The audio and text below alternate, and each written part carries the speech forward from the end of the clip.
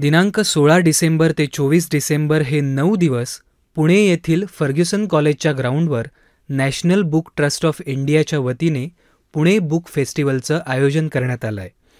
मराठी, हिंदी, इंग्रजी आणि अन्य भारतीय भाषातील मिळून 200पेक्षा अधिक प्रकाशकांचे स्टॉल्स म्हणजे काही लाख पुस्तकं या महोत्सवात आहेत. अर्थातच साधनाचेही 2 स्टॉल्स आणि सगळी पुस्तकं इथे उपलब्ध आहेत. त्याशिवाय या महोत्सवाच्या ठिकाणी विविध सांस्कृतिक कार्यक्रमही आयोजित केलेले आहेत. त्यातील एक कार्यक्रम आहे साधना प्रकाशनाच्या पक्षी उन्हाचा 7 विद्यापीठांच्या आवारात या पुस्तकावर चर्चा. हे पुस्तक अलाहाबाद विद्यापीठाचे माजी कुलगुरू डॉक्टर राजन हर्षे यांच्या 5 दशकांच्या कारकिर्दीचं त्यांनी केलेलं कार्यकथन आहे.